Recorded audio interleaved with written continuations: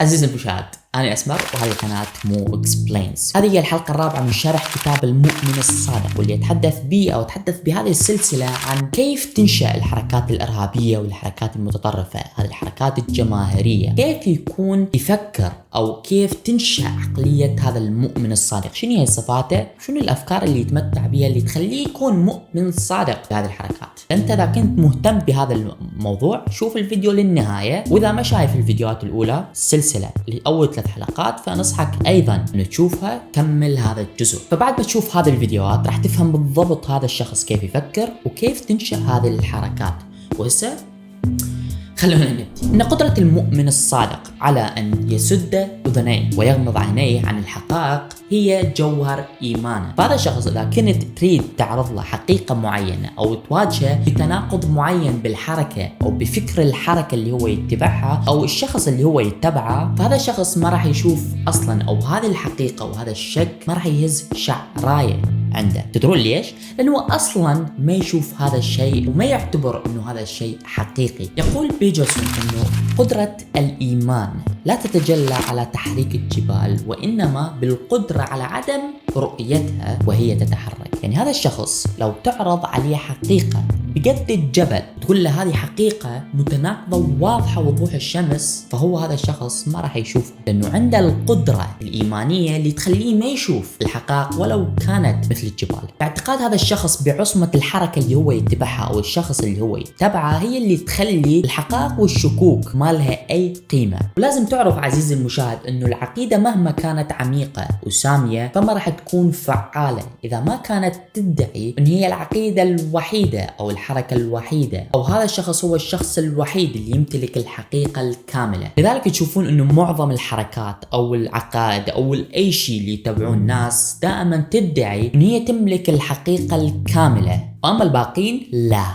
ولازم على المؤمن انه ما يفهم الحركة اللي هو يتبعها، لانه بمجرد ما يفهم العقيدة او الحركة اللي هو يتبعها راح تفقد قوتها بالتأثير عليه. لذلك احد قادة ذولاك الناس كان من يعلم الاتباع الجدد اللي ينضمون للحركة مالتهم، كان يخبرهم انه مو لازم يبحثون عن ذو الشنب بعقولهم، وانما لازم يبحثون عليهم قلوبهم لازم يبحثون عن هذا الشخص، فهم راح يلقوه. لانه بمجرد ما الشخص يبدي يشغل عقله بالتفكير انه ليش هذه الحركة تسعى لهذه الاهداف او شنو اللي تسعى له وشنو الاشياء اللي توقف وراها، شنو الايديولوجية اللي يتبعها هذا الشخص اللي اسس هذه الحركة، راح يبدي يكتشف الوهم اللي عايشة به هذه الحركة او اللي تدعي له هذه الحركة. والعيش بالوهم هو من اخطر الاشياء اللي ممكن تدمر حياتك. لا شك انه هناك حركات جماهيرية سيئة كالحركات المتطرفة والإرهابية أو اللي تدعو إلى تقميص أو تهميش الآخر، وأيضا هناك حركات جماهيرية جيدة. فكمثال ومجرد فقط مثال على هذه الحركات اللي ممكن تكون نافعة للمجتمعات اللي تجي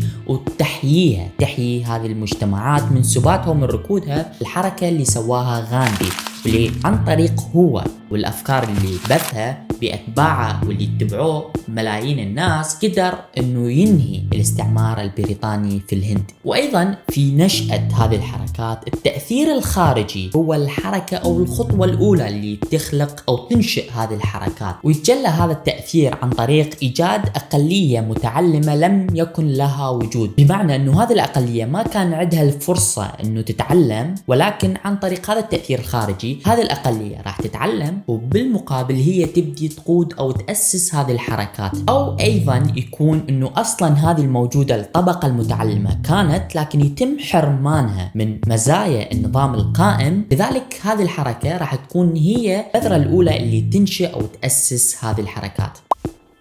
ويذكر الكاتب أيضا التأثير الروماني واليوناني والعربي على أوروبا الغربية هو اللي ساهم بظهور رجال الكلمة، ويقصد بهم الرجال المثقفين أو الطبقة المثقفة، واللي ساهم بالإصلاح البروتستانتي، واللي ساهم بإيقاظ أوروبا من غفوتها. من الغريب بالموضوع أنه هذا الداء اللي ممكن يعصف بالمجتمعات إذا صارت هذه الحركات المتطرفة الحركات الإرهابية، ممكن هو يكون الحركة أو قد يتحول في سياق مخيف إلى حركات جماهيرية. وهذه الحركات الجماهيرية هي راح تكون الخطوة الأولى أو البذرة الأولى لإيقاظ المجتمعات من سباتها. فبداية الصعود إلى القمة هو القاع. لما توصل المجتمعات إلى القاع ممكن راح نشوف تتحول هذا النزول إلى القاع إلى صعود للقمة. عزيزي المشاهد، في النهاية أتمنى أنه هذا الفيديو أو هذه السلسلة الفيديوهات اللي سويتها الأربعة كانت مفيدة بالنسبة إليك وفهمتك بالضبط شلون تنشأ هذه الحركات الجماهيرية. إذا شخص مهتم بعد أكثر إنه يعرف عن هذه الأشياء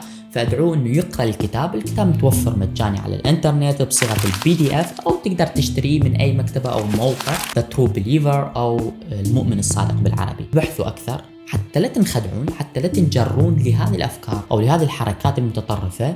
لازم تشغلون عقلكم، وأيضا أتمنى دعمكم للقناة يستمر ويزيد بعد أكثر حتى يحفزني شوية أنتج محتوى أكثر أو أركز بيه أكثر وأجيب لكم محتوى أو حلقات ومواضيع مفيدة جدا. شكرا للجميع، شكرا لكل شخص ساهم بدعمي ولو بكلمة أو بلايك أو تعليق أو شير، وأشكر كل شخص قاعد يحاول يدعمني بشكل مستمر. أنا أسمر، وأوعدكم بحلقات جديدة جاية راح تكون أيضا بجمال الحلقات اللي سويتها.